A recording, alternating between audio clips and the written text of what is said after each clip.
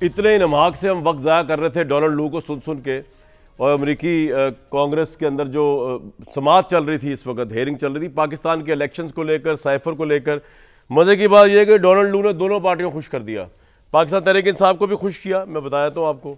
उन्होंने कहा कि जी इलेक्शन जो हुआ है आम इंतखाबात, इससे कमल तशद्दुद के वाक़यात पर तशवीश रही, और पाकिस्तान के सोशल मीडिया और मैसेजिंग अपीलिंग एप्पल कम्युनिकेशंस तक रसाई को रोका गया। इंतखाब अमल में मुदाखलत की तहकीकात होनी चाहिए। ये चीज़ें तहरीक इंसाफ बड़ी खुश होगी इन चीज़ों के ऊपर। इंतखाबात से पहले पुलिस, सियासतदानों से इज्तिमा, दहशतगर्द हमले हुए, ये सब कुछ कहा उन्होंने। साथ उन्होंने साइफर पर कह दिया कि बानी पीटीआई का साइफर वाला मामला बिल्कुल गलत और झूठा था। बानी पीटीआई को हटाने में उनका कोई किरदार नहीं था। इल्ज़ाम की सख्ती तरदीद करता हूँ। बानी पीटीआई की हुकूमत लुटने में अमेरिका कोई किरदार नहीं। कहने का मतलब ये है कि ना डोनाल्ड लू और ना अमेरिका की ज़रूरत है ये समझने के लिए कि पाकिस्तान में इलेक्शन कैसे हुआ, और ना ये समझने के लिए कि साइफर का बयानिया झूठा था सच्चा था। आवाम को सब पता है। ये डोनाल्ड लू ऊपर से नीचे होकर भी आ जाए या ना आए, जिन्होंने माइंड बनाया हुआ है कि साइफर सच्चा है या झूठा है, उन्होंने उसी माइंड पर रहना है। और जिन्होंने माइंड बनाया हुआ है, जैसे कि तहरीक इंसाफ का ये इलेक्शन रिग्ड हुआ, मैंडेट चोरी हुआ, इसमें डाका डला, वो अपनी जगह पे। लेकिन मैं एक बात पहले ही मैंने कही थी, मैं बात करता हूँ रमज़ान का महीना इसलिए, भाई छोड़ें अमेरिका को और छोड़ें किसी और को। धांधली एक इतना बड़ा जुर्म है जिसको शायद लोगों को अंदाज़ा नहीं है, और इसके जो बेनिफिशरी हैं वो एमएनए और वो एमपीए जो इसके बेनिफिशरी हैं वो 100% जहन्नुमी है। मतलब उसमें आपने ना अमेरिका को की तरफ देखना है, देखने के लिए अमेरिका पाकिस्तान के इलेक्शन पे क्या सर्टिफिकेट जारी कर रहा है, शहबाज शरीफ साहब क्या कह रहे हैं, इमरान खान साहब अडियाला से बैठ के क्या कह रहे हैं, छोड़े, फॉरगेट अबाउट देम। आपका एक ज़मीर है, एक शरीयत है, एक कानून है, एक कुरान है, एक इंसाफ है। अवाम का मैंडेट जो भी चुराता है और जो उसका बेनिफिशरी है उसको खुद भी पता है, वो उससे बड़ा तो कोई जहन्नुमी हो ही नहीं सकता ना, क्योंकि आपने ये छोटा मोटा डाका नहीं मारा, आपने पूरी कौम की तरक्की को हाईजैक कर लिया। तो इसमें अभी सुबह से लगे में डोनाल्ड लू अब ये कह देगा, डोनाल्ड बहुत टाइम वेस्ट हुआ, मेरा तो खैर खासतौर पर बहुत हुआ। आते जी प्रोग्राम में धांधली इतना बड़ा मामला है, इस हद तक तो मान लेते हैं कि अमेरिका तक उसकी बाज़गश्त हो रही है, लेकिन उसका कोई इंपैक्ट नहीं होगा। अमेरिका को पाकिस्तान की जिस हद तक ज़रूरत है वो उसका ताल्लुकात रखेगा, उसके स्टेट के अपने इंटरेस्ट होते हैं, वो धांधली शांति के चक्कर में कुछ नहीं करेगा। मेरे साथ जो लोग मौजूद हैं, सरदार लतीफ़ खोजा साहब, MNA पाकिस्तान तहरीक साहब, सर बहुत वार्म वेलकम। कैसर अहमद शेख साहब फाकी वज़ीर हैं बहरी अमूर के, और अतर काज़मी साहब। खोजा साहब, बात यह है कि आप भी जानते हैं इस मुल्क के अंदर बड़े से बड़ा हादसा हो जाए, प्राइम मिनिस्टर को फांसी लग जाए, इलेक्शन रिग्ड हो जाए, हाईजैक हो जाए, बिजनेस एज यूजुअल चलता है। आपने भी उसी पार्लियामेंट में हलफ उठा लिया जिसको आप राइटली और रॉन्गली रिग्ड समझते हैं। उसी पार्लियामेंट के तहत अब सदर का इलेक्शन हुआ, फिर वो सेनेट का इलेक्शन हो जाएगा, फिर बजट हो जाएगा, सब कुछ चलता। तो ये आप एहतजाजी तहरीक जो चला रहे हैं, ये सिर्फ एक पॉलिटिकल वो है गेम है, या वाकई यू मीन इट? क्योंकि लोग उस तरह तो नहीं निकल रहे एहतजाजी तहरीक के ऊपर, और मुल्क को क्या इस वक्त टॉलरेट कर सकती है इस तरह की तहरीक आपकी तरफ से? खोसा साहब देखें, पहले तो मैं आपको सैल्यूट करता हूं जिस अंदाज से आपने कहा कि ये धांधली नहीं धांधला है, और ये लोग दोज़खी हैं जिन्होंने इस मैंडेट को चुराया है, क्योंकि ये किसी फ़र्द के मुजरिम नहीं है, ये रियासत खुदादाद पाकिस्तान के दुश्मन हैं, और ये उसकी तरक्की के जो है ये रास्ते में बहुत बड़ी रुकावट है। ये रियासत को इन्हतात है, ये आइन की बेहुरमती है, ये तज़हीक है आवाम की, और ये पाकिस्तान को जो है मैं समझता हूँ तारीखी और धकेलने की मुतरादिफ है। ये बिल्कुल आपने सही कहा। और जब मुझे ख्वाजा साद रफ़ीक ने मुबारक दी और अपनी शिकस्त को तस्लीम किया, मैं समझता हूँ ये बहुत ग्रेस का मुजाहरा किया उन्होंने, काबिल तहसीन अमल। मैं बिल्कुल इसमें मैंने कोई मुझे तजब्ज़ब नहीं है इस चीज़ का एतराफ़ करते हुए कि यही जमहूरी रवायात का मुतकाज़ी हैं। तो मैंने उन्हें कहा कि भाई साहब, आप अपने बड़ों को भी ज़रा यही दर्स दे देते कि काश वो भी इसी फ़राख दिली के साथ, इसी वज़ादारी के साथ, इसी जमहूरी अंदाज से वो भी तस्लीम कर लेते मोहतरम नवाज़ शरीफ साहब के वो डॉक्टर यास्मीन से हारे हुए हैं, ख्वाजा आसिफ तस्लीम कर लेते कि वो रेहाना डार से हारे हुए हैं। ये जितने लाहौर की सीटें हैं, इस्लामाबाद की सीटें हैं, रावलपिंडी की सीटें हैं, MQM वाली सीटें हैं, ज़रा ये 100 के करीब बनती हैं। ये भी अगर खुश दिली से इसी तरीके से तस्लीम कर लेते तो काश हमारी जो है न सिर्फ इखलाकी कदरें आसमान पर जाती, बल्कि क्या फ़र्क पड़ता भाई अगर PTI जीत जाती है, PTI के पास अगर 180 सीटें आ जाती और पाकिस्तान के अवाम की जो है तर्जमान होती ये पार्लियामान, तो इसमें क्या हर्ज थी खोसा साहब। लेकिन मैंने जो आपसे आपने बिल्कुल बजा फरमाया, लेकिन मेरे सवाल का जो हिस्सा असल था ना वो ये था कि सर यहाँ बिजनेस एज यूजुअल चल रहा है, यहाँ प्राइम मिनिस्टर को फांसी लग जाती है, बिजनेस एज यूजुअल चल रहा है। इलेक्शन रिग्ड भी हुआ हो अगर, तो उसके बाद भी देखें ना आप भी हलफ ले रहे हैं। मैं ये नहीं कह रहा आप गलत कर रहे हैं, मैं आपको तंज नहीं कर रहा इसके ऊपर, मैं कह रहा हूँ बिजनेस एज यूजुअल चल रहा है। अब आप एहतजाजी तहरीक क्यों चला रहे हैं ऐसे मौके पे जब इकोनॉमिक स्टेबिलिटी का सवाल है सर? नहीं सर नहीं जी खोसा सर, नहीं देखें मुझसे मेरा वोटर पूछता है, मुझसे पाकिस्तान की आवाम पूछती है, मुझे लाखों वोट दिया है, 3 करोड़ के से ज़्यादा वोट मिला है PTI को। वो पूछते हैं और पूछने में हक बजानिब है कि हमने तो आपको दरिया का यानी वो आग के दरिया को अबूर करके हमने आपको वोट दिया, और हम ढूंढ रहे थे कैंडिडेट को, हम ढूंढ रहे थे आपके सिंबल्स को, हमने तमाम तर खौफ जो है, और हमारा हर घर का बच्चा जो है या बीवी है या माँ है या बहन है या भाई है, वो 9 मई के शाखसाने में जेलों में सड़ रहा है 10-10 महीने से, और 100 केस उसके ऊपर हुआ है। एक केस से वो जो छुटता है तो दूसरे में उसे कर देते हैं। चादर और चार दीवारी को पामाल करते हुए हमारे घर की दरो दीवार को मसला बताऊं खोसा, एक बात बताऊं आपको मैं, आप ये अगर ये मेरी अर्ज सुने, मैं आपको एक प्रैक्टिकल बात बताऊं। आप तो बड़े पुराने सीजन पॉलिटिशियन हैं। मसला ये है कि इस मुल्क के अंदर कोई मासिस मूवमेंट नहीं चली जो नाइंसाफी। अब अगर आप समझते हैं कि इस वक्त पंजाब गवर्नमेंट या फेडरल गवर्नमेंट आपके साथ ज्यादती कर रही है, अगर आप समझते हैं इलेक्शन में धांधली हुई, आप मुझे बताएं अगर 1 लाख बंदा किसी एक जगह पे खड़ा हो जाए प्रोटेस्ट करने, वही वोटर जिसने आपको वोट दिया है, तो यहां पे ये शहबाज शरीफ साहब की हुकूमत बन ही नहीं सकती थी। मसला ये कि अवाम के दिल होंगे आपके साथ, अवाम ने वोट दिया होगा आपको, लेकिन अवाम सड़कों पर जब निकलने को तैयार नहीं है तो सर फिर एहतजाज करके क्या हासिल करना चाहते हैं आप खोसा साहब? जब अवाम एक बात तो ये है कि ये हमें ताना ना दीजिएगा कि हम उसी पार्लियामान में हमने सदर का वो मैं ताना नहीं दे रहा आपको, पहले दिन से रिकॉर्ड करवाया हुआ है, हमने एहतजाजन बैठे हुए हैं हम, लेकिन हम फ्री हैंड नहीं देना चाहते। हम उनका मुकाबला हर जगह करेंगे, पार्लियामान में करेंगे, पार्लियामान के बाहर करेंगे, हम मीडिया पे करेंगे, सोशल जो है मीडिया पे करेंगे।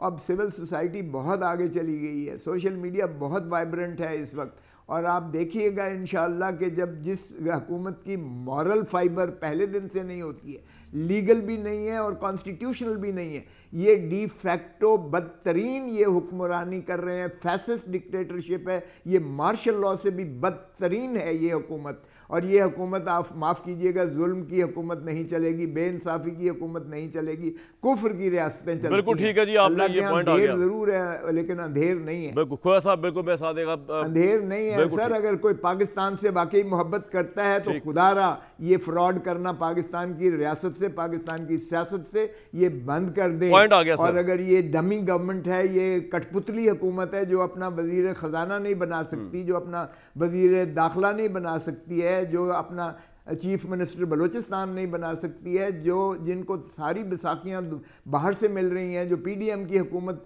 नहीं बल्कि केयर टेकर हुकूमत के सारे लोगों को और आज़ाद कैंडिडेट सेनेट में ला के जिताने जा रहे हैं, वो जाहिर है कि जिताने भी कोई और जा रहा है और ये हुकूमत भी कोई और चला रहा है, तो फिर ये क्यों ये ड्रामेबाजी करते हैं? बिल्कुल ठीक साहब का पॉइंट आ गया। मेरे साथ ही कैसर अहमद शेख साहब, बहुत वार्म वेलकम सर। तो पहले तो तशरीफ लाए आप प्रोग्राम में। मुझे बताइए सर, बदतरीन माशी मामला चल रहे हैं, IMF पे जो प्राइम मिनिस्टर साहब इतना खुश हो रहे हैं कि जी IMF के साथ एक और प्रोग्राम के अंदर हम जा रहे हैं, उसका मतलब ये है कि अवाम पे अब और टैक्स लगेगा, अवाम के ऊपर और बिजली महंगी होगी, तो ये होगा, अशराफिया तो उससे एग्जेम्प्टेड रहेगी, लेकिन अवाम मरेंगे और पिसेंगे।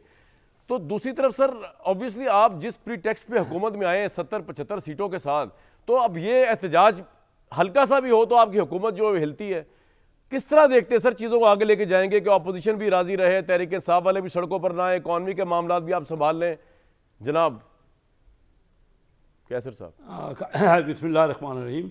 कामरान शायद देखिए इसमें तो कोई शक नहीं कि पीटीआई के जो सपोर्टर थे उन्होंने ज़्यादा सीटें हासिल की हैं दूसरी पार्टियों से। अब पाकिस्तान में इस इलेक्शन में भी और आइंदा भी शायद ये ना हो कि कोई एक पार्टी मेजॉरिटी ले ले। अब पीटीआई की सपोर्टर्स की ज़्यादा सीटें थी, वो हुकूमत बनाना चाहिए था, हमने उनको कहा कि आप हुकूमत बनाएं, लेकिन वो पाकिस्तान के इस्तेकाम की तरफ तो जा नहीं रहे, वो तो डिस्ट्रक्शन की तरफ, पाकिस्तान को तबाह करने की तरफ, मईशत को ख़त्म करने की तरफ लगे हुए हैं। आज से नहीं, 2014 से जब प्रेसिडेंट शी आ रहे थे उस वक्त भी उन्होंने धरने दिए। बात यह है कि इन्होंने ज़्यादा लोगों ने इनको वोट दिए, हम तस्लीम कर रहे हैं, कौन है जो नहीं मान रहा इनकी हुकूमत बननी चाहिए, लेकिन एक हुकूमत बनाने को तैयार ही नहीं है। अब वो बताइए कि किस तरह पाकिस्तान चले। पीपल पार्टी ने इनको कहा कि हम आपका साथ देते हैं, आप हुकूमत बनाएं, वो तो सिर्फ इंतशार के अलावा सोचते ही नहीं हैं। ये क्या कह रहे हैं कि इलेक्शन और क्या, मुझे तो ये समझ नहीं आ रही कि 2013 में भी यही बातें इन्होंने की, कितने पेंचर्स और पता नहीं क्या क्या बातें होती रही। 2018 में भी जो इलेक्शन हुए आपके सामने हैं, अभी 2024 साहब मैं ये कह रहा हूँ कि आप वजह फरमा रहे, आपकी ये बात से मैं एग्री करता हूँ कि ना पीटीआई किसी के साथ बैठने को तैयार थी और ना कोई पीटीआई के साथ बैठने को तैयार था। तो अगर इनकी 10 सीटें और भी ज्यादा होती तो ऑब्वियसली हुकूमत आप लोगों ने मिलकर बना ली, क्योंकि आप लोग मेजॉरिटी में इकट्ठे मिलकर आ गए, 7 पार्टियां इकट्ठी हो गई तहरीक इंसाफ के खिलाफ। यहां तक मैं आपकी बात, मेरा सवाल ही सर कुछ और था। मेरा सवाल यह था कि इस गवर्नमेंट की आपकी अपनी नजरों में कोई क्रेडिबिलिटी है जिसकी धांधली की बाजगश अमेरिकन वहां पे ऐवानों के अंदर गूंज रही है, जहां पे इन्वेस्टिगेशन की बात हो रही है। बानी पीटीआई जो है वो इलेक्शन सुप्रीम कोर्ट को कह रहे हैं कि भाई आप तहकीकात करें, एहतजाजी तहरीक ये निकालने को फिर रहे हैं, और हमारा प्राइम मिनिस्टर इरसा का चेयरमैन नहीं लगा सकता सिंध की गवर्नमेंट के बगैर। ये तो आपकी पोजीशन है कि पीपल्स पार्टी के बगैर आपकी सांस अटकी हुई है सर। तो ये तो एक वीकेस्ट गवर्नमेंट है सर, आप किस तरह इतने चैलेंजेस हालात से आगे निकलेंगे? ठीक है सर, ठीक है, वीकेस्ट गवर्नमेंट है, हम मान रहे हैं इस बात को। कामरान शायद देखो ये बताओ कि 70 के बाद कौन सा इलेक्शन है? आप मुझे बताइए को 11 इलेक्शन हुए होंगे, कोई इलेक्शन आप मुझे बता दें जो सब ने माना हो। अब किया जाए, चलो कोई हल तो बता दो ना। ये मैं मानता हूँ कि फेयर इलेक्शन और ज़्यादा बेहतर होने चाहिए, लेकिन जो इलेक्शन हुए आपके सामने हैं। अब हुकूमत तो चलानी है, मुल्क आपका चलना है। मुल्क तो यहाँ मार्शल लॉ में भी चलता रहा है, आपके सामने मार्शल लॉ की हुकूमत 10-10 साल। और जो आप एजिटेशन की बात कर रहे हैं कि एजिटेशन तो का मामला नहीं है, इन्होंने तो 2014 से धरने देते रहे, लोग थक गए, लोग इधर आते ही नहीं है, इनका काम सिर्फ एजिटेशन करना है। कोई कंस्ट्रक्टिव पॉलिटिक्स करें, आइए हमारे साथ बैठे, ये क्या चाहते हैं हम इनकी बात मान लेते हैं, ये कोई बात करेंगे तो।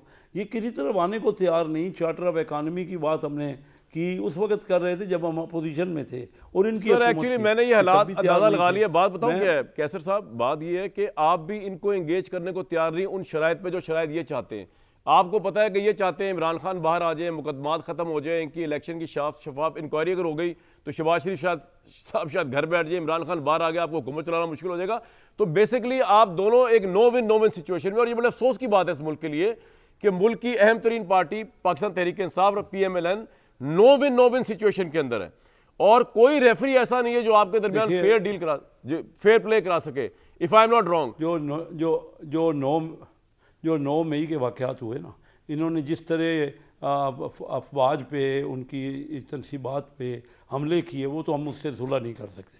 ठीक है, अगर इस तरह आप सुलह करने लग जाएंगे उन लोगों से जो मुल्क की, देखिए इस्टेब्लिशमेंट का काम किसी एक पार्टी के साथ नहीं है, उसका काम तो फैसिलिटेट करना है, और दुनिया के हर मुल्क में इस्टेब्लिशमेंट का रोल है। पॉइंट आ गया सर आपका। ये समझे कि ये लोगों को उस तरह माइंड कर रहे हैं कि उन पे चढ़ दौड़ो जी, तो इस तरह। अच्छा अतर साहब, मैंने आपकी तरफ आना, मुझे माजरत दीजिएगा 1 मिनट सर, मैंने बीच में एक एनालिसिस करवाना है क्विकली, उसके बाद भाई आपके पास आ रहा हूँ मैं और बाकी लोग। सैयद मोहम्मद अली साहब हमारे साथ मौजूद, दिफाई तज़किया लगा रहे हैं। सैयद साहब, ये आज डोनाल्ड डू ने 2 चीज़ों पर जो बात की है, एक साइफर के ऊपर और एक जो बात की इलेक्शंस के ऊपर के जी जो बेज़ाब्तियाँ पाएगी उनकी तहकीकात होनी चाहिए, इसकी इतनी इंपॉर्टेंस क्यों है? खासतौर पर इलेक्शन पे अमेरिकन अंडर स्टेट सेक्रेटरी की बात की क्या इंपॉर्टेंस है जो हम इतना हाईलाइट कर रहे हैं उसको? देखिए जी, मेरे ख्याल में तो जो आज की हियरिंग है वो 3 एतबार से बहुत अहमियत की हामिल है। मैं मुख्तसर बता देता हूँ। पहली बात तो सबसे इंपॉर्टेंट सियासत से हट के ये है कि उन्होंने बाज़ाब्ता तौर पे कहा है कि पाकिस्तान अमेरिका का एक बहुत अहम नॉन नेटो एलाई है, जिसकी रिलेशनशिप को अमेरिका बहुत अहमियत देता है। दूसरी बात ये कि वहाँ पे जो जमहूरियत का तसलसल है, यकीनन उनका इसमें एक इंटरेस्ट है, क्योंकि वो आलमी सतह पे जमहूरियत का एक अलमबरदार है। लेकिन जहां तक हमारे दाखिली मामलात हैं, यकीनन उसकी जो स्पेसिफिक डिटेल्स हैं उससे वो वाकिफ नहीं है, क्योंकि वो हमारी कॉन्स्टिट्यूशनल और जो हमारी डोमेस्टिक प्रोसीजर्स हैं वो एक। और ये जो इलेक्शन पे और जो साइफर पे बात, लेकिन कितनी सिग्निफिकेंस होगी पाकिस्तान में, क्या लेकिन जो सबसे इंपॉर्टेंट बात है वो ये है कि उन्होंने बाज़ाब्ता तौर पे जो दो सबसे इंपॉर्टेंट बातें की हैं कामरान, वो ये की हैं कि उन्होंने बताया है कि साइफर का जो पूरा मामला है उसकी कोई हकीकत नहीं थी। लेकिन सबसे तशवीशनाक बात ये है कि उन्होंने बताया कि इस फेक नैरेटिव और इस इल्जामी बयानिए के नतीजे में खुद एक अमरीकी आला अफसर की जान को पिछले 2 साल से खतरा रहा है। तो ये बात मैं समझता हूं इंतहाई तशवीशनाक है कि यानी कि अब इस फेक बयानिए के नतीजे में जो थ्रेट्स पोज किए जाते हैं वो सिर्फ पाकिस्तान की सरहदों तक महदूद नहीं है, बल्कि आला और इलेक्शन पे जो उन्होंने कमेंट दिया उसकी कोई सिग्निफिकेंस है या कोई सिग्निफिकेंस नहीं है? मेरे ख्याल में तो नहीं, लेकिन आपकी राय है। मैं ये समझता हूं कि ये उनका एक कमेंट है, लेकिन ये उनकी पॉलिसी की उस तरह से तर्जुमानी नहीं है, क्योंकि उन्होंने कोई डिमांड नहीं की है आपसे। अलबत्ता उन्होंने ये एक फैक्ट शेयर किया है कि खुद उनकी जान को इस फेक बयानिए के नतीजे में 2 साल से खतरा रहा है। बहुत शुक्रिया सैयद मोहम्मद अली साहब, आपसे इंशाल्लाह वक्त बात करते रहेंगे, आपसे एनालिसिस लेते रहेंगे। अतर भाई सॉरी आपके पास लेट आया जरा। एक तरफ पाकिस्तानी फौज इस वक्त, आपको पता है जो गवादर में आज हुआ, जवान शहीद हुए, दहशतगर्दी के हमले को पसपा कर दिया गया। पाकिस्तानी फौज जिस तरह बॉर्डर पर सर पैकार है, जिस तरह अफगानिस्तान के ऊपर हमें एयर स्ट्राइक करना पड़ा टेररिस्टों को रोकने के लिए। आज प्राइम मिनिस्टर साहब कैबिनेट में फरमा रहे थे अफगानिस्तान को, उन्होंने कहा कि भाई हैं, दोस्त मुल्क है, सब कुछ है, लेकिन वहाँ से अगर दुश्मनी की जाएगी तो हम उसका जवाब देने का राइट रखते हैं। और ये बिल्कुल ठीक है, जब ईरान ने हम पे किया था हमने उसका भी जवाब दिया था। इन सारे मामलात के अंदर जब फौज पर इतना दबाव और फौज ईस्टर्न बॉर्डर, वेस्टर्न बॉर्डर, इस सब पे लड़ी है, यहाँ पर यही समझ नहीं आ रहा हमें कि हुकूमत किसके पास है, हुकूमत चला कौन रहा है, उसकी अखलाकी साख क्या है। कभी अमेरिका के हमारे नुमाइंदगान की तरफ देख रहे हैं, कभी किसी की तरफ देख रहे हैं, कभी पाकिस्तान तहरीक इंसाफ चैन नहीं लेने दे रही, एहतजाजी तहरीक चला रही है, पता नहीं क्या करेगी। किस तरह देखते हैं सर आप इस गुत्थी को सुलझते हुए, इस हुकूमत के साथ, इस क्रेडिबल इलेक्शन और इमरान खान के साथ और इनकी एहतजाज? लू की हमने अभी देखी कि वो वहां पे हेयरिंग थी और अवामी नुमाइंदे उनसे क्वेश्चन कर रहे थे जी। ये आपको लगा कि किस तरह डेमोक्रेसी वर्क करती है जब हकीकी जमहूरियत हो, हकीकी अवामी नुमाइंदे हो। वो डोनाल्ड लू जिसके आगे पूरी हमारी यहाँ पे ऐसे लगा कि हम सब बेबस हैं, और उसने पूरा हमारा वो वहां बेबस था सवालों के आगे जी, मतलब पूरा जो है निजाम लग रहा है ऐसे था कि उस एक शख्स ने पाकिस्तान का कंट्रोल कर लिया है, और अपने अवामी नुमाइंदों के आगे उसकी जो हालत थी वो हमने देखी। दूसरी बात, ये जो आपने बात की ये बड़ी इंपॉर्टेंट है। पाकिस्तान को बहुत सारे चैलेंजेस का सामना है।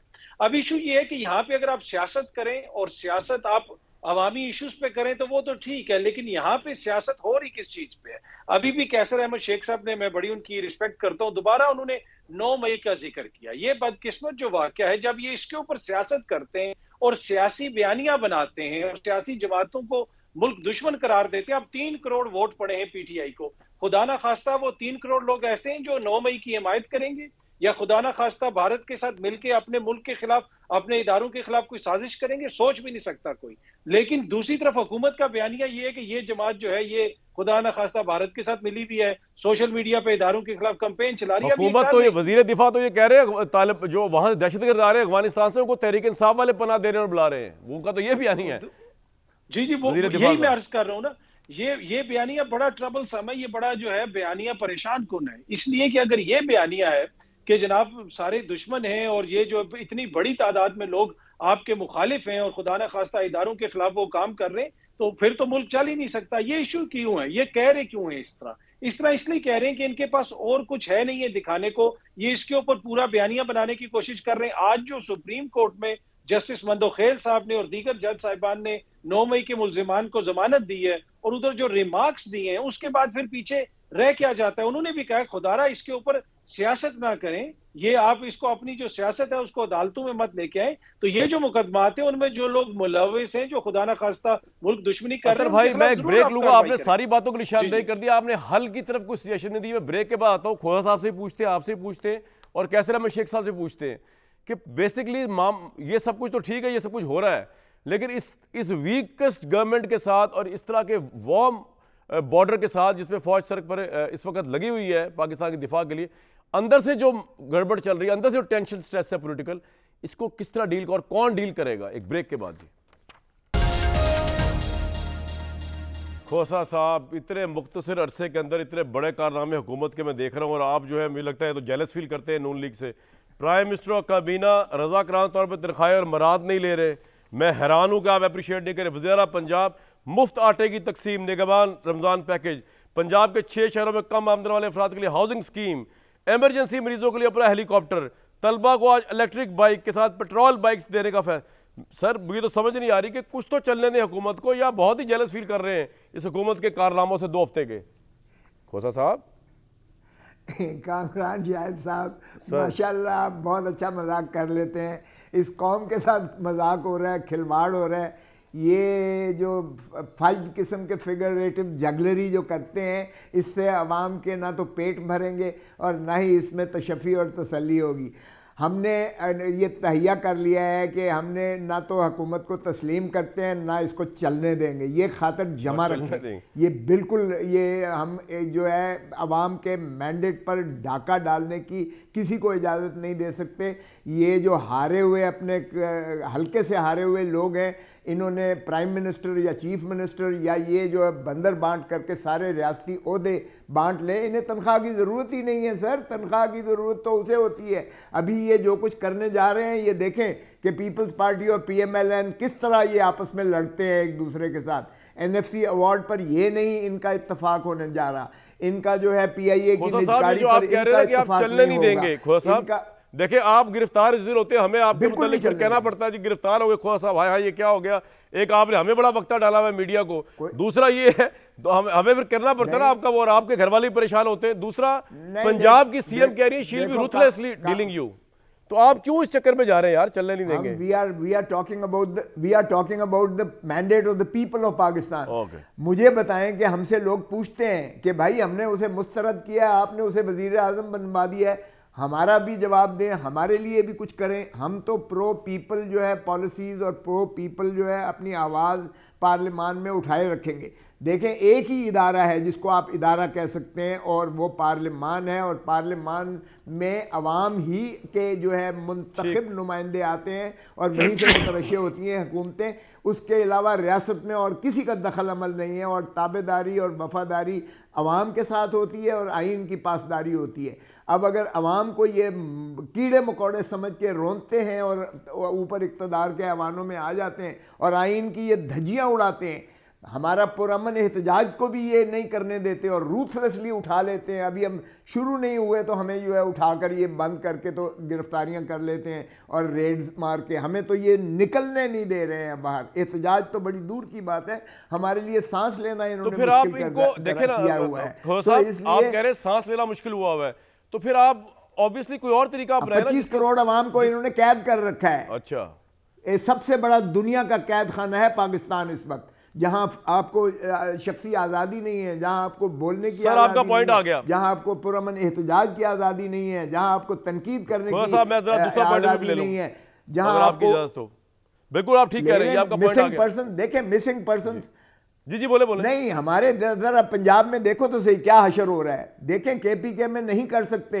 इसलिए कि वहां साइकी डिफरेंट है, कि बलूचिस्तान में नहीं कर सकते, वहां अगरचे हर घर का मिसिंग पर्सन है, सिंध में नहीं कर सकते, लेकिन पंजाब में जो कुछ ये कर रहे हैं, आपका पॉइंट आ गया। मुझे सवाल फ्रेम करने पंजाब में सांस लेना मुश्किल हो रहा है। हर बंदा जो है वो 9 मई आपका पॉइंट आ गया सर, और इनके पास 9 मई के अलावा कुछ नहीं है। खैर 9 मई तो इनका नहीं है, 9 मई तो किसी और का है, और वो ये बिला वजह एक पॉलिटिकल वो पॉइंट स्कोरिंग कर लेती है नून लीग। इनका तो मामला कोई नहीं है, इन्होंने खुद भी बड़े सेमी 9 मई किए हुए माजी में।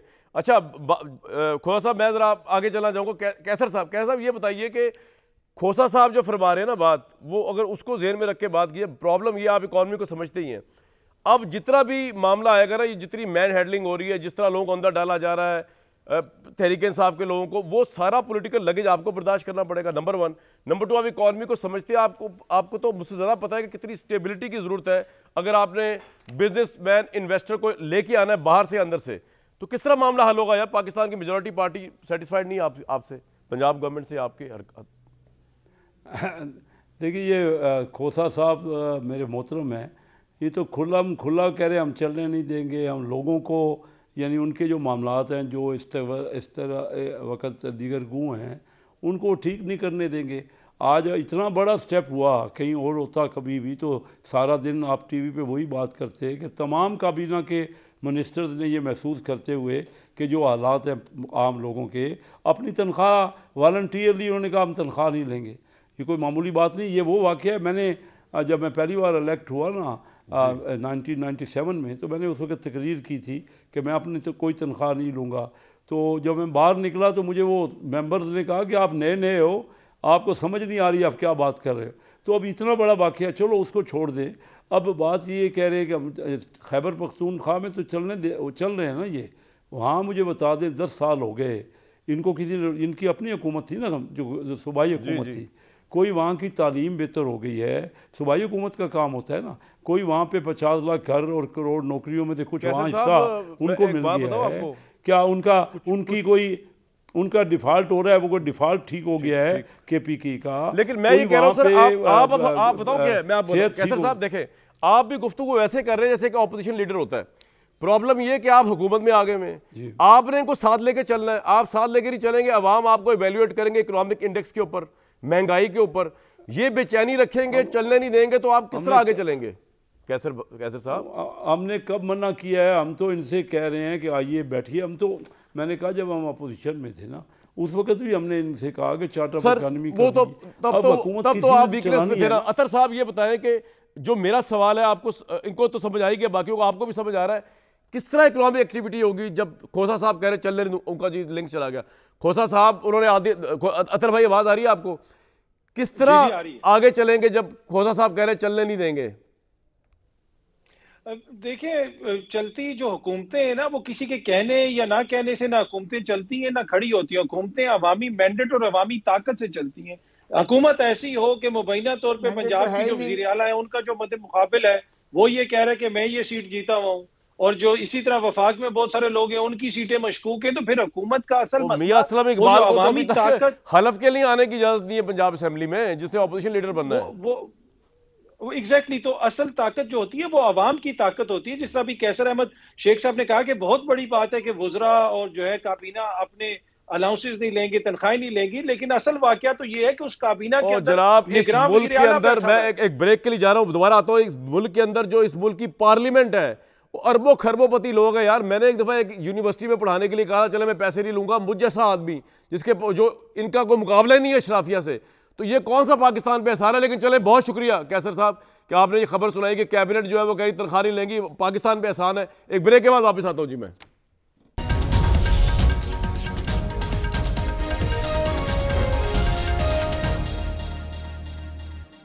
भाई डोनाल्ड लू ने आज बता दिया कि साइफर पे जो बानी पीटीआई का जो बयानिया था और जो साजिश सारी थी वो सारा झूठ था।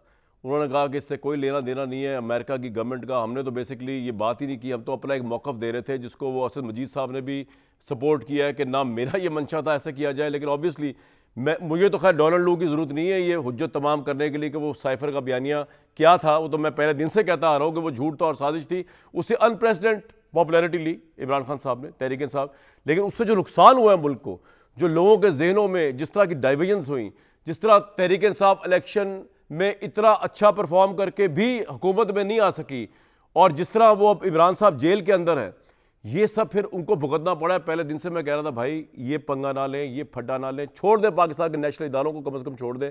बाकी आप जंग लड़ें, पॉलिटिकल उनके साथ जंग लड़ें, पूरी कौम आपके साथ होगी, लेकिन वो मेरी बात और दूसरों की बात जो सेन माइंड से नहीं सुनी। आज डोनाल्ड लू ने भी कह दिया है, वो ना भी कहता तो हमें तो पहले दिन से पता है कि ये झूठ था और इससे पाकिस्तान को नाकाबिले तलाफी नुकसान पहुंचा और पीटीआई को बड़ा नुकसान पहुंचा। कल तक दीजिए इजाज़त।